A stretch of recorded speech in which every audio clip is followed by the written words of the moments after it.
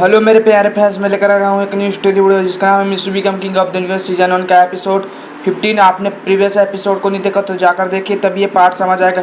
और गाइस, मैं पहले ही आपकी डाउट क्लियर कर देता हूँ कि इस स्टोरी में मिस्टर किंग भी होता है 2 यूनिवर्स का, और उसके पास 2 आर्मर होते हैं जो उसके शरीर में ही होते हैं, जिनका नाम एंजल आर्मर और डायमंड आर्मर होता है। ये कंफ्यूज मत होना गाइस, और चलिए इस स्टोरी को स्टार्ट करते हैं। हम देखते हैं कि मिस्सू को जब ध्यान से बर्डमैन देखते हैं तो वो देखते हैं कि मिस्सू के पास आर्मर है और मिस्सू ही आर्मर को पहना हुआ है, और उसने उससे कभी भी बताया नहीं है इस आर्मर के बारे में उसे। और जब बर्डमैन डायमंड्स के बीच में आकर मिस्सू को बोलने लगता है कि तुमने मुझे इसके बारे में क्यों नहीं बताया, लेकिन उस समय मिस्सू नहीं होता गाइस। हाँ गाइस, मिस्सू नहीं होता, वो एजल होता है जो पूरी तरह से कंट्रोल ले रखा होता है मिस्सू से उसकी बॉडी का। तो हम देखते हैं कि वो एजल बोलता है, एक काली टोपी वाले हट जाओ मेरे बीच से, नहीं तो तुम भी मारे जाओगे। लगता है तुम भी अर्थ पर अटैक करने के लिए आए हो। मैं और मिस्सू मिलकर तुम्हें रोकेंगे।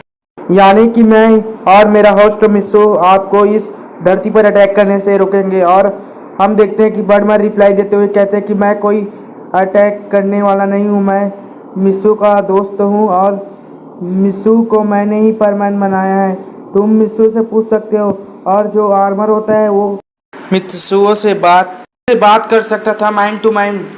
और हम देखते हैं कि वो माइंड टू माइंड बात करते हैं कि क्या ये सच कह रहा है मिस्सू। तो मिस्सू कहता है कि हाँ, ये सच कह रहा है, इन्होंने ही मुझे परमानेंट बनाया है और ये मेरे दोस्त से भी बढ़कर है, इन्हें हमें सब कुछ बताना होगा। लेकिन आर्मर कहता है कि अभी तो डायमंड्स है, इन्हें हमें बताना होगा कि हम डायमंड्स से क्यों लड़ रहे हैं। लेकिन मिस्सू कहता है कि अभी इन्हें कहो कि इनके मिस्सू ने कहा है कि वो तुम्हारे साथ मिलकर इनसे लड़े।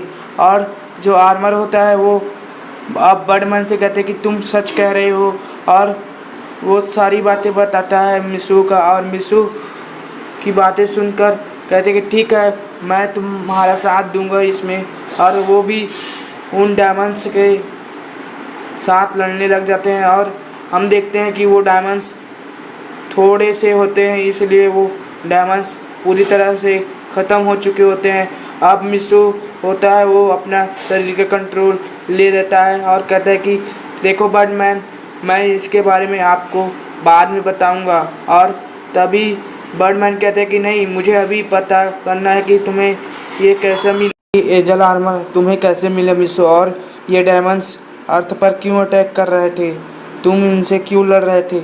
और मिस्सू कहता है कि बहुत लंबी स्टोरी है, मैं आपको बाद में बता दूंगा जब भी आप मेरे घर पर आओगे तब, ठीक है। और वो ऐसे कहकर परमानेंट सेट के साथ वहाँ से उड़कर अपने घर की ओर चला जाता है।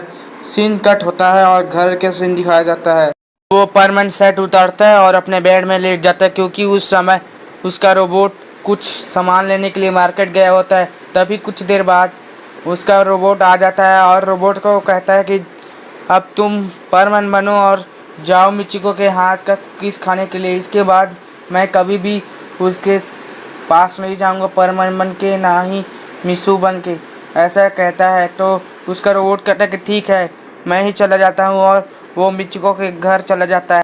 थोड़ी देर बाद में ही पाको आ जाती है परमानेंट को ड्यूटी करने के लिए बुलाने के लिए। लेकिन मिस्सू तो आराम से सो रहा होता है। वो देखती है कि मिस्सू आराम से सो रहा है और उसे वो उठाती है और कहती है कि आज क्या तुम ड्यूटी पर नहीं चलोगे मेरे साथ। और वो कहते हैं कि नहीं, मेरा परमानेंट सेट मेरा रोबोट ले गया है मिचिको के साथ, माने मिचिको के पास कुकीज़ खाने के लिए गया है। मैं अब उसके पास कभी भी नहीं जाऊंगा। मैं जान चुका हूँ कि वो मेरी पावर से प्यार करती है, ना कि मेरी रियल आइडेंटिटी से। पाको कहती कि हाँ, वो तो मैं पहले से जानती थी, इसीलिए तो तुम्हें उसके घर जाने के लिए मना करती थी, लेकिन तुम ही हो कि उसके घर जाते रहते हो। लेकिन अब मैं समझ चुका हूँ पाको, मैं उसके घर कभी भी नहीं जाऊँगा। और पाको ये सुनकर बहुत खुश हो जाती है और वो परमैन को हक कर लेती है। तुमने ठीक किया मिसो, यहाँ कहकर वो कहती कि चलो तो मैं आज तुम्हें अपने साथ घुमाने ले जाती हूँ, तुम मेरे पीठ पर बैठ सकते हो। और वो पाको के पीठ में बैठ जाता है। वो दोनों घूमने निकल जाते हैं। तभी जाते वक्त जो सुमरे होती है यानी कि हमारी पाको, वो कहती कि कहाँ चले।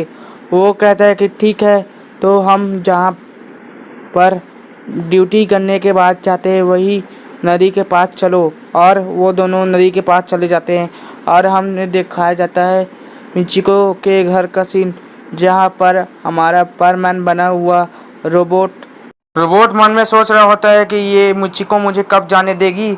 और इधर सीन शिफ्ट होता है, हमें दिखाया जाता है पाको और परमैन को। परमैन कहता है कि तुम अपना हेलमेट निकाल लो, क्योंकि यहाँ पर तुम्हें और मुझे कोई नहीं देख सकता और तुम्हारा फेस भी रिवील नहीं होगा मिस सुमरे। और पाको अपना हेलमेट निकाल लेती है। वो दोनों एक दूसरे के हाथ पकड़कर वहीं पर घूम रहे होते हैं। परमैन बना हुआ रोबोट परमैन को देख लेता है और उसके सामने आ जाता है और कहता है कि तुमने मुझे किस आफत की पुड़िया के सामने उसके हाथ की बने खाना खाने के लिए भेज दिया था मिस्सो कहता है कि देखो रोबोट, मुझे ऐसे करना पड़ा क्योंकि मुझे अब उसकी शक्ल देखना भी पसंद नहीं है। मैं उसके घर कभी भी नहीं जाऊंगा, इसीलिए तुम्हें भेज दिया, क्योंकि मैंने उसे कहा था कि मैं परमैन को भेज दूंगा, इसीलिए मैंने तुमको परमैन बनाकर भेज दिया था। और वो रोबोट से सॉरी कहता है कि आइंदा से नहीं भेजूंगा। और हम देखते हैं कि पाको कहती कि ठीक है, आइंदा से रोबोट तुम इसकी प्रॉमिस याद दिलाते रहना, ताकि ये चिको के पास दोबारा ये ना जाए कभी भी। ऐसा तुम मुझे प्रॉमिस करो। रोबोट उसे प्रॉमिस कर देता है, क्योंकि वो जानता था कि वो दोनों एक दूसरे से लव करते हैं।